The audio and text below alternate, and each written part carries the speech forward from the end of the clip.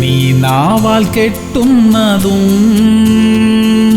വചനത്താൽ അഴിക്കുന്നതും നീ വാക്കാൽ പണിയുന്നതും ദൈവം സൃഷ്ടിച്ചിടും.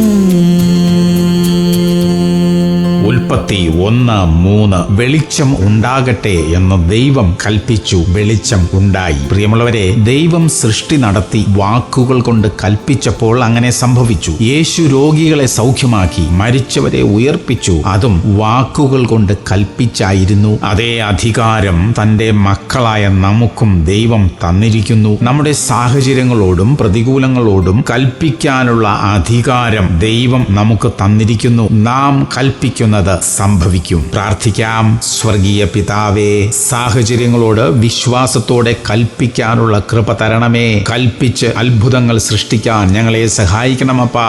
യേശു ക്രിസ്തുവിന്റെ നാമത്തിൽ തന്നെ. ആമേൻ, ആമേൻ, ആമേൻ.